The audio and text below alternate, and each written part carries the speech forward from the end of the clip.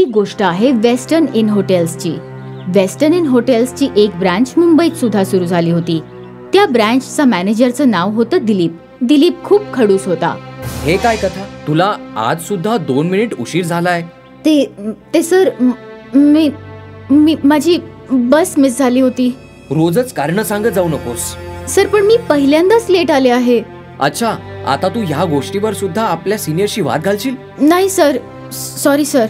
आता कामाला लाग आणि उद्यापासून वेळेवर ये, समजलीस? Okay sir. कथा तिथून जाते. तिचा मित्र विक्रम आणि नैना तिची वाट पाहत असतात. कथाचा उतरलेला चेहरा पाहून ते समजून जातात की नक्की काय घडलं असणार. या मॅनेजरचा तर मी जीवच घेईन एक दिवस. तू एकटीच नाही, आपण सगळे मिळून करू. हो, तुम्हा लोकांना काय झालं ते माहितीये? काल मी आपले रेग्युलर बटर पनीर बनवत होतो, तेव्हाच मॅनेजर साहेब आले. तेव्हा मी मीठ टाकत होतो. मला म्हणाला, अर्धा चमचा नाही, 1 चमचा मीठ घाल. बटर पनीर थोडं खारटच खायला चांगलं लागतं. मी नाही म्हटलं तर म्हणाला, सिनियरचं ऐकणार नाहीस तू, म्हणूनच मी जास्त मीठ टाकलं. पुढे काय झालं ते मी सांगते.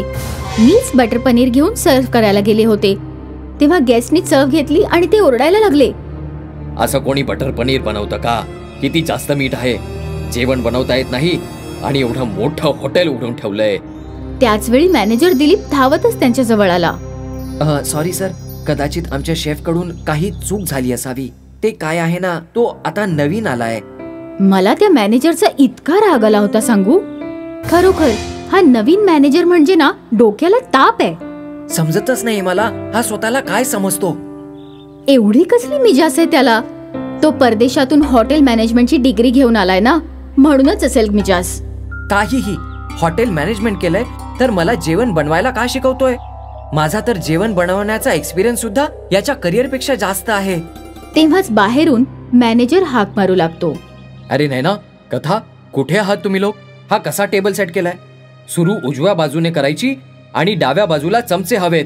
सर, पण ते तर डावखोऱ्या लोकांसाठी असतं ना.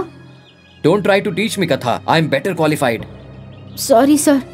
कथा, नैना आणि विक्रम तिघेही या नवीन मॅनेजरला कंटाळलेले असतात. या मॅनेजरला ना धड काम माहित होतं, ना धड नीट बोलता येत होतं. मॅनेजर मध्ये घमंड तर ठासून भरलेली होती. बघावं तेव्हा सगळ्या कर्मचाऱ्यांची शाळा घेत असे. त्या रात्री हॉटेल बंद झाल्यानंतर नैना, कथा आणि विक्रम तिघेही रस्त्यातून चालत असतात. तेवढ्यात पाऊस पडायला लागतो. अरे यार. पाऊस यायचाच काय तो बाकी होता. तेवढ्यात त्यांच्या बाजूला एक आलिशान गाडी येऊन उभी राहिली आणि त्या गाडीवाल्याने काच खाली केली. तुम्ही पावसात भिजून जाल, तुम्हाला कुठे सोडून देऊ? ते इतका विचार करू नका. पाऊस खूप जास्त पडतोय, तुम्ही लोक आजारी पडाल. ठीक आहे. तिघेही गाडीत जाऊन बसतात. Thank you sir. You are most welcome. असंही आपण एकमेकाला मदत केली पाहिजे. खरंच सगळेच तुमच्यासारखा विचार करत असते तर. खूप त्रासलेले दिसतायत तुम्ही. काही प्रॉब्लेम आहे का? तसं काही विशेष नाहीये सर. तेच जे सगळ्यांसोबत होतं. बॉसचा इगो. तुम्ही सगळे एखाद्या हॉटेलचे कर्मचारी वाटतायत, तर त्या हॉटेलचा मालक सुद्धा मिजाजखोर आहे का? नाही सर, त्यांना तर आम्ही कधीच बघितलं नाहीये, पण ऐकलंय की ते खूप चांगले आहेत. आम्ही तर आमच्या मॅनेजरमुळे त्रासलेले आहोत. आमचा मॅनेजर परदेशातून डिग्री घेऊन आलाय, पण त्यांना एकही काम धड येत नाही. प्रत्येक कामात लुडबुड करतो, आम्हाला ओरडतो आणि ते सुद्धा गेस्टच्या समोर. तर मग तुम्ही त्या मॅनेजरची तक्रार का नाही करत? सर, आम्ही खूप छोटे कर्मचारी आहोत. आम्ही त्यांची तक्रार कशी करणार आहोत? असा विचार नाही करायला हवा. जर त्या मॅनेजरमुळे तुमच्या हॉटेलचं नाव खराब होणार असेल तर ते तुम्हाला आवडेल का? नाही सर, त्यापेक्षा बरं की आम्ही त्या मॅनेजरशी वाद घालूनच मार्ग काढू. सर, आमचं घर आलं आहे. सॉरी, आम्ही तुम्हाला त्रास दिला. Don't be sorry. I hope की उद्यापासून तुमच्या कामात सगळं काही ठीक होईल. तिघांनीही राघवेंद्र यांना निरोप दिला. ते गाडी घेऊन तिथून निघून गेले. हा माणूस नक्कीच कोणीतरी मोठा असणार आहे. हो, पण किती साधे होते ते. त्यांना माहित होतं की आपण हॉटेलचे साधारण कर्मचारी आहोत, तरीही आपल्याला त्यांच्या गाडीत बसवलं. त्यांच्यात अजिबात मिजाज नव्हती. खूपच साधा माणूस. सगळेच आपल्या मॅनेजर सारखे नसतात ना.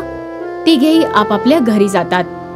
दुसऱ्या दिवशी रोजच्या प्रमाणे सगळे हॉटेलला पोहोचतात. मिजाजखोर मॅनेजर रोजच्या प्रमाणे सगळ्यांवर ओरडतो. तेव्हा हॉटेलमध्ये लोक येऊ लागले. अंदाजे 12 वाजता तोच कालचा माणूस हॉटेलमध्ये प्रवेश करतो. नैनाचं लक्ष त्यांच्याकडे जातं आणि ती त्यांच्याशी बोलू लागते. गुड मॉर्निंग सर, तुम्हाला पाहून आनंद झाला. Good morning. नैना त्यांच्याशी हसून गप्पा मारत होती. हे पाहून मॅनेजरचा जळफळाट होत होता. जेव्हा नैना किचन मध्ये जाते, मॅनेजर लगेच तिच्या मागे जातो आणि तिच्यावर ओरडायला लागतो. गेस्ट बरोबर अशा जास्त वेळ गप्पा नाही मारल्या पाहिजे. मॅनेजर ओरडत असतानाच राघवेंद्र तिथे येऊन पोहोचतात. सर, हे किचन आहे, रेस्ट्रिक्टेड एरिया आहे, guest are not allowed. I know. मी कोण आहे तुला माहितीये? नाही सर.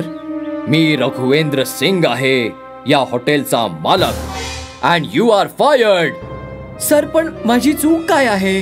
पहिली चूक ही आहे की तू सक्षम नाहीयेस, आणि दुसरी चूक ही की तू मिजाजखोर आहेस. जो मॅनेजर आपल्या कर्मचाऱ्यांची काळजी घेत नाही, तो माझ्या हॉटेलमध्ये काम करू शकत नाही.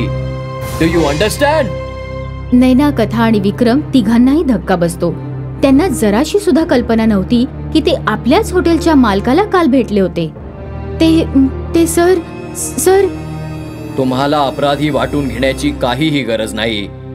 माझंच नशीब चांगलं होतं की तुम्ही लोक मला येऊन भेटलात आणि मला सगळं काही सांगितलं. तुम्ही तर माझं हॉटेल वाचवलंय. Thank you very much. Raghavendra Singh तिथून निघून जातात. मॅनेजरला त्याच्या मिजाजखोर स्वभावाची मोठी किंमत चुकवावी लागली. म्हणूनच म्हणतात, अति गर्व माणसाला रसा तळाला घेऊन जातो. ही गोष्ट आहे वेस्टर्न इन हॉटेल्सची. वेस्टर्न इन हॉटेल्सची एक ब्रांच मुंबईत सुद्धा सुरू झाली होती. त्या ब्रांचचा मॅनेजरचं नाव होतं दिलीप. दिलीप खूप खडूस होता. हे काय कथा, तुला आज सुद्धा 2 मिनिट उशीर झालाय? ते सर, माझी बस मिस झाली होती. रोजच कारण सांगत जाऊ नकोस. सर, पण मी पहिल्यांदाच लेट आले आहे. अच्छा, आता तू ह्या गोष्टीवर सुद्धा आपल्या सिनियरशी वाद घालशील? नाही सर, सॉरी सर. आता कामाला लाग आणि उद्यापासून वेळेवर ये, समजलीस? Okay sir. कथा तिथून जाते. तिचा मित्र विक्रम आणि नैना तिची वाट पाहत असतात. कथाचा उतरलेला चेहरा पाहून ते समजून जातात की नक्की काय घडलं असणार. या मॅनेजरचा तर मी जीवच घेईन एक दिवस. तू एकटीच नाही, आपण सगळे मिळून करू. हो. तुम्हा लोकांना काय झालं ते माहितीये? काल मी आपले रेग्युलर बटर पनीर बनवत होतो, तेव्हाच मॅनेजर साहेब आले. तेव्हा मी मीठ टाकत होतो. मला म्हणाला, अर्धा चमचा नाही, 1 चमचा मीठ घाल. बटर पनीर थोडं खारटच खायला चांगलं लागतं. मी नाही म्हटलं तर म्हणाला, सिनियरचं ऐकणार नाहीस तू, म्हणूनच मी जास्त मीठ टाकलं. पुढे काय झालं ते मी सांगते. मीच बटर पनीर घेऊन सर्व करायला गेले होते, तेव्हा गेस्टनी चव घेतली आणि ते ओरडायला लागले. असं कोणी बटर पनीर बनवतं का? किती जास्त मीठ आहे. जेवण बनवता येत नाही आणि एवढं मोठं हॉटेल उघडून ठेवलंय. त्याच वेळी मॅनेजर दिलीप धावतच त्यांच्या जवळ आला. सॉरी सर, कदाचित आमच्या शेफ कडून काही चूक झाली असावी. ते काय आहे ना, तो आता नवीन आलाय. मला त्या मॅनेजरचा इतका राग आला होता सांगू. खरोखर हा नवीन मॅनेजर म्हणजे ना डोक्याला ताप आहे. समजतच नाही मला, हा स्वतःला काय समजतो. एवढी कसली मिजाज आहे त्याला. तो परदेशातून हॉटेल मॅनेजमेंटची डिग्री घेऊन आलाय ना, म्हणूनच असेल मिजाज. काहीही, हॉटेल मॅनेजमेंट केलंय तर मला जेवण बनवायला का शिकवतोय? माझा तर जेवण बनवण्याचा एक्सपिरियन्स सुद्धा याच्या करिअर पेक्षा जास्त आहे. तेव्हाच बाहेरून मॅनेजर हाक मारू लागतो. अरे नैना, कथा, कुठे आहात तुम्ही लोक? हा कसा टेबल सेट केलाय? सुरू उजव्या बाजूने करायची आणि डाव्या बाजूला चमचे हवेत. सर, पण ते तर डावखोऱ्या लोकांसाठी असतं ना. Don't try to teach me Katha. I am better qualified. Sorry sir. Katha, Naina आणि विक्रम तिघेही या नवीन मॅनेजरला कंटाळलेले असतात. या मॅनेजरला ना धड काम माहित होतं, ना धड नीट बोलता येत होतं. मॅनेजर मध्ये घमंड तर ठासून भरलेली होती. बघावं तेव्हा सगळ्या कर्मचाऱ्यांची शाळा घेत असे. त्या रात्री हॉटेल बंद झाल्यानंतर नैना, कथा आणि विक्रम तिघेही रस्त्यातून चालत असतात. तेवढ्यात पाऊस पडायला लागतो. अरे यार. पाऊस यायचाच काय तो बाकी होता. तेवढ्यात त्यांच्या बाजूला एक आलिशान गाडी येऊन उभी राहिली आणि त्या गाडीवाल्याने काच खाली केली. तुम्ही पावसात भिजून जाल, तुम्हाला कुठे सोडून देऊ? ते इतका विचार करू नका. पाऊस खूप जास्त पडतोय. तुम्ही लोक आजारी पडाल. ठीक आहे. तिघेही गाडीत जाऊन बसतात. Thank you sir. You are most welcome. असंही आपण एकमेकाला मदत केली पाहिजे. खरंच सगळेच तुमच्यासारखा विचार करत असते तर. खूप त्रासलेले दिसतायत तुम्ही. काही प्रॉब्लेम आहे का? तसं काही विशेष नाहीये सर. तेच जे सगळ्यांसोबत होतं. बॉसचा इगो. तुम्ही सगळे एखाद्या हॉटेलचे कर्मचारी वाटतायत, तर त्या हॉटेलचा मालक सुद्धा मिजाजखोर आहे का? नाही सर, त्यांना तर आम्ही कधीच बघितलं नाहीये, पण ऐकलंय की ते खूप चांगले आहेत. आम्ही तर आमच्या मॅनेजरमुळे त्रासलेले आहोत. आमचा मॅनेजर परदेशातून डिग्री घेऊन आलाय, पण त्यांना एकही काम धड येत नाही. प्रत्येक कामात लुडबुड करतो, आम्हाला ओरडतो आणि ते सुद्धा गेस्टच्या समोर. तर मग तुम्ही त्या मॅनेजरची तक्रार का नाही करत? सर, आम्ही खूप छोटे कर्मचारी आहोत. आम्ही त्यांची तक्रार कशी करणार आहोत? असा विचार नाही करायला हवा. जर त्या मॅनेजरमुळे तुमच्या हॉटेलचं नाव खराब होणार असेल तर ते तुम्हाला आवडेल का? नाही सर, त्यापेक्षा बरं की आम्ही त्या मॅनेजरशी वाद घालूनच मार्ग काढू. सर, आमचं घर आलं आहे. सॉरी, आम्ही तुम्हाला त्रास दिला. Don't be sorry. I hope की उद्यापासून तुमच्या कामात सगळं काही ठीक होईल. तिघांनीही राघवेंद्र यांना निरोप दिला. ते गाडी घेऊन तिथून निघून गेले. हा माणूस नक्कीच कोणीतरी मोठा असणार आहे. हो, पण किती साधे होते ते. त्यांना माहित होतं की आपण हॉटेलचे साधारण कर्मचारी आहोत, तरीही आपल्याला त्यांच्या गाडीत बसवलं. त्यांच्यात अजिबात मिजाज नव्हती. खूपच साधा माणूस. सगळेच आपल्या मॅनेजर सारखे नसतात ना. तिघेही आपापल्या घरी जातात. दुसऱ्या दिवशी रोजच्या प्रमाणे सगळे हॉटेलला पोहोचतात. मिजाजखोर मॅनेजर रोजच्या प्रमाणे सगळ्यांवर ओरडतो. तेव्हा हॉटेलमध्ये लोक येऊ लागले. अंदाजे 12 वाजता तोच कालचा माणूस हॉटेलमध्ये प्रवेश करतो. नैनाचं लक्ष त्यांच्याकडे जातं आणि ती त्यांच्याशी बोलू लागते. गुड मॉर्निंग सर, तुम्हाला पाहून आनंद झाला. Good morning. नैना त्यांच्याशी हसून गप्पा मारत होती.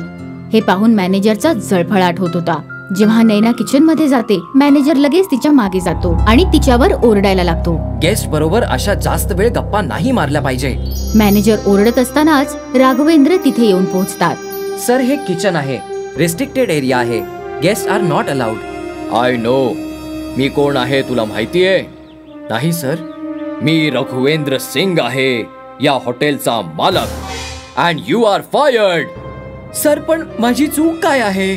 पहिली चूक ही आहे की तू सक्षम नाहीयेस, आणि दुसरी चूक ही की तू मिजाजखोर आहेस. जो मॅनेजर आपल्या कर्मचाऱ्यांची काळजी घेत नाही, तो माझ्या हॉटेलमध्ये काम करू शकत नाही. Do you understand? नैना, कथा आणि विक्रम तिघांनाही धक्का बसतो. त्यांना जराशी सुद्धा कल्पना नव्हती की ते आपल्याच हॉटेलच्या मालकाला काल भेटले होते. ते सर. तुम्हाला अपराधी वाटून घेण्याची काहीही गरज नाही. माझंच नशीब चांगलं होतं की तुम्ही लोक मला येऊन भेटलात आणि मला सगळं काही सांगितलं. तुम्ही तर माझं हॉटेल वाचवलंय. Thank you very much. Raghavendra Singh तिथून निघून जातात. मॅनेजरला त्याच्या मिजाजखोर स्वभावाची मोठी किंमत चुकवावी लागली. म्हणूनच म्हणतात, अति गर्व माणसाला रसा तळाला घेऊन जातो.